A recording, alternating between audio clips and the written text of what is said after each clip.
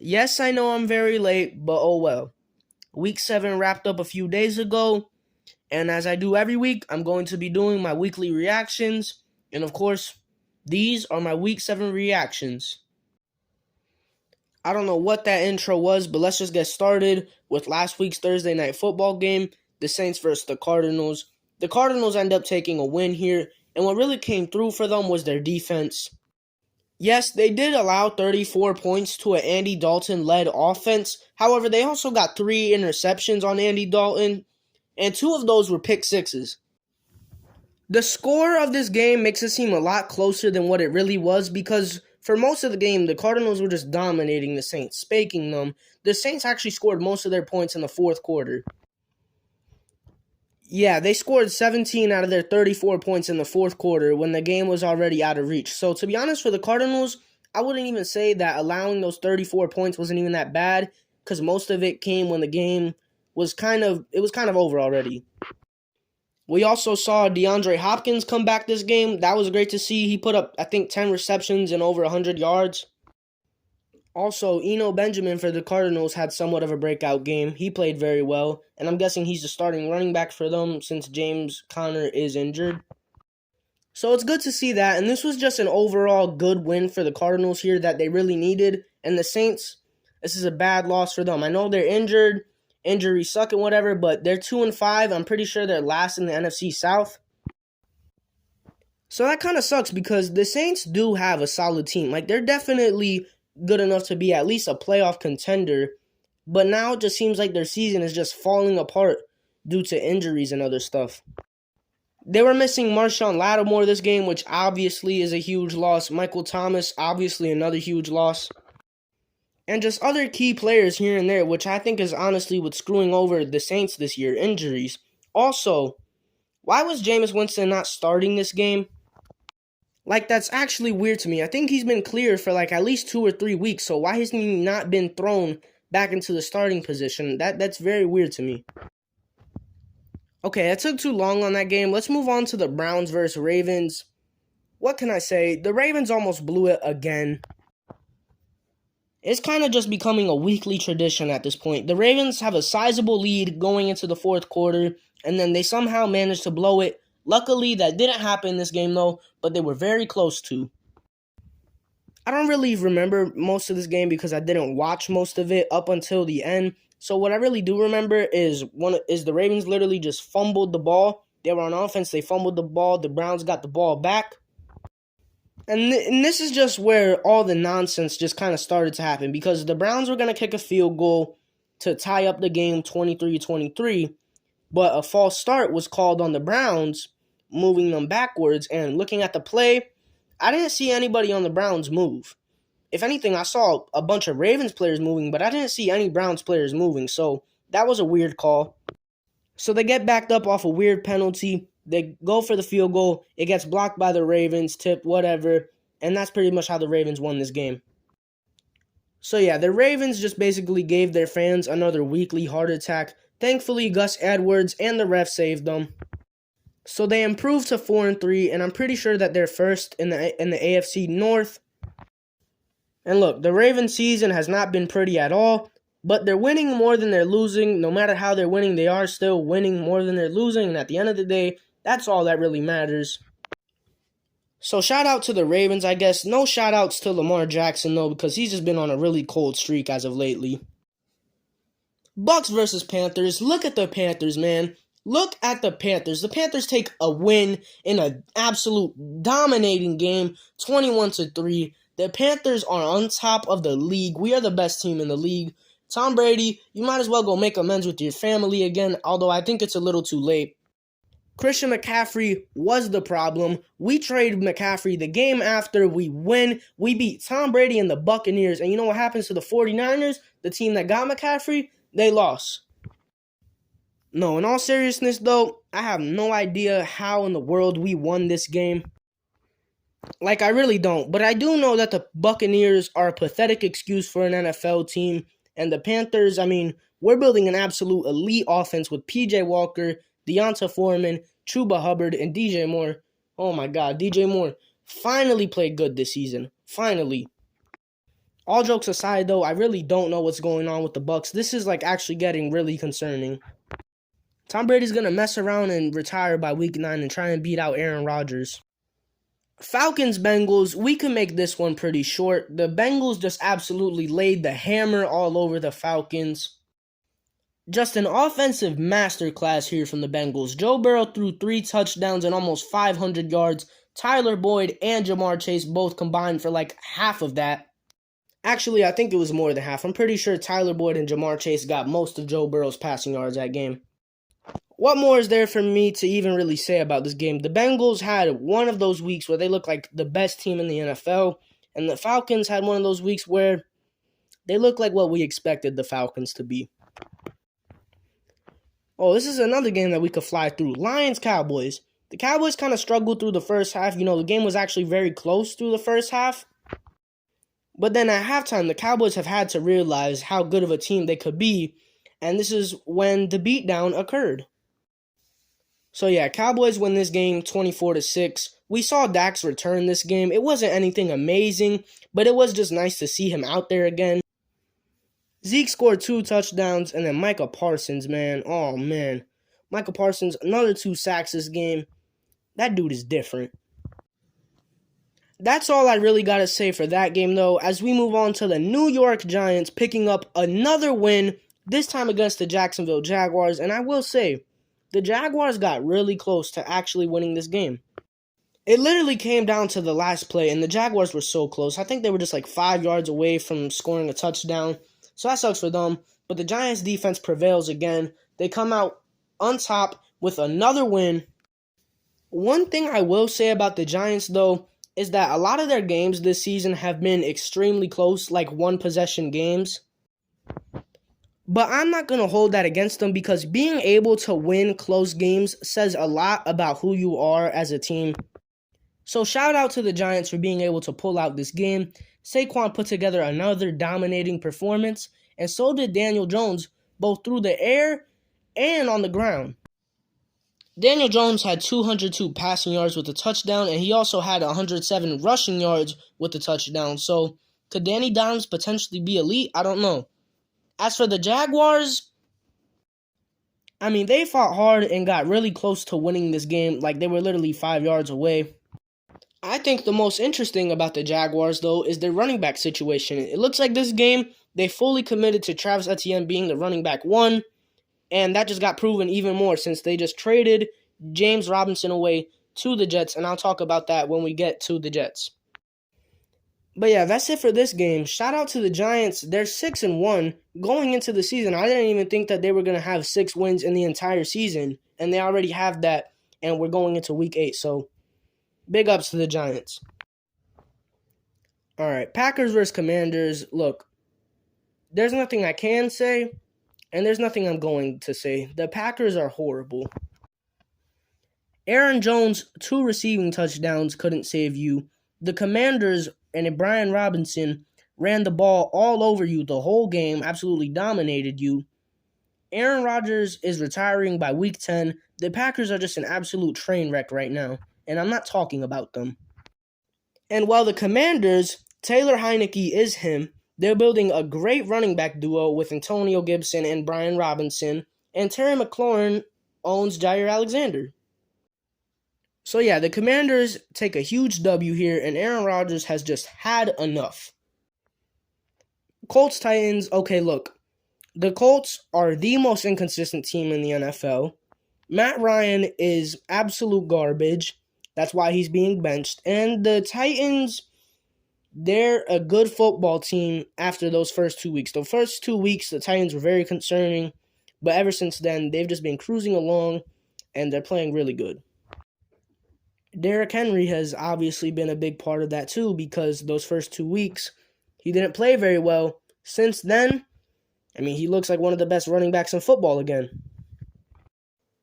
He is the Titans' whole offense. He is what is carrying them to wins, and also their defense, also Mike Vrabel. Mike Vrabel is an amazing head coach. Also Matt Ryan too. Matt Ryan, he's just been a huge defensive player for the Colts this season. Huge for them. Yeah, that's all I got to say about this game. I have no idea what's going on with the Colts. I have no idea what's going on over there. I think a lot of it is health. Shaquille Leonard can't manage to stay healthy, and he's like one of their most important players on their team. And also Matt Ryan, like I said, he's garbage. I'm pretty sure he has the most turnovers in the whole NFL so far. So, yeah, it just makes sense why the Colts have not been very good this year. Texans versus Raiders. There's nothing good I have to say about the Texans other than Dameon Pierce. He continues to play absolute elite football. But that got outshined by the other running back involved in this game, Josh Jacobs, who, oh my God. Josh Jacobs put up almost 150 rushing yards along with 3 touchdowns. I mean, that's just insane. That man is going to get paid this offseason. He's been doing this for like the past 3-4 weeks. I don't know what happened to Josh Jacobs, but he just turned into prime Marshawn Lynch out of nowhere. But I mean, that's not the only thing I could say about the Raiders. They also have Davante Adams, who also played very good this game. So yeah, that's really it. The Raiders get a much-needed win here, but it was against the Texans, so I don't really know if they should be all crazy about that. Jets versus Broncos. I predicted the score this game. Okay, I didn't predict it exactly, but I was very close to it. I said that this game would be like a 17-10 game. It was a 16-9 game, so I was very close. The Jets obviously take the win here because the Broncos are garbage. No Russell Wilson. I mean, this was just an absolute powerhouse of a game. Jerry Jeudy finally had a good game. He almost had 100 receiving yards, and of course, it was the same week that I benched him in fantasy for Keenan Allen. Don't you just love how things work out? But yeah, other than that, there's nothing I could say about a football game that ended with a final score of 16-9. We all know about the Broncos at this point, so there's nothing to say about them. So let's talk about the James Robinson trade where he ended up on the New York Jets. Because this trade obviously happened because the Jaguars were committed to Travis Etienne as their running back 1. So they didn't want James Robinson. And the Jets had just lost Breece Hall, which, by the way, Breece Hall injury, absolutely tragic. He was balling out this season, and now he's out for the rest of the season. I think it was an ACL tear, and I think there was another thing in there too. I think it was a meniscus tear. So he's out for the rest of the season. That's really sad. But they trade for James Robinson, which I think is actually a very good trade for the Jets. Because you lose Breece Hall, who was a huge part of your offense, probably the biggest part of your offense, because the Jets' offense this season has mainly just been their running game, similar to the Giants. So losing that obviously sucks, but you restore some of that with James Robinson, which makes the situation not that bad. So the injury to Breece Hall, obviously very sad. Hope he has a speedy recovery. But James Robinson being added to the team, I think it's actually a very good move. He's a very talented running back. So I think this is a great trade all around. The Jaguars got rid of somebody that they didn't really have much interest in, and the Jets get somebody that they really needed in a position where they just lost their best player at that position. So that's all I got to say about that trade. Just a good move all around. As we move on to the next game, the Chiefs versus the 49ers. Okay, look, 49ers, very disappointing this game. I expected them to win. I don't know why I was so high on them. They did not come to play this game. What they basically just decided to do was play good in the first quarter to make, everybody think, oh, this team is so scary. This team is really good. Then the next 3 quarters, they didn't come out to play at all. Got blown out by the Chiefs. Jimmy Garoppolo, he sucks. He sucks. He needs to go. 49ers, very disappointing. Very disappointed in them. And the Chiefs put up an offensive masterclass. Mahomes just threw it all over the field. Juju played amazing. Just a pretty typical Chiefs game. So yeah, just very disappointed in the 49ers. They could have put up a better performance than that. And then, like I said, CMC, he's the problem everywhere he goes. Seahawks versus Chargers. I don't know how the Seahawks managed to look like a good team week in and week out. I expected this team to be one of the worst in the NFL this year, and that is just not what they have been so far. This week, it was Kenneth Walker who, oh my God, he had almost 170 rushing yards and 2 touchdowns with that. Okay, I did not know that he played that good. Also, Marquise Goodwin. I didn't even know that he was on the Seahawks. he caught 2 touchdowns this game. What is going on?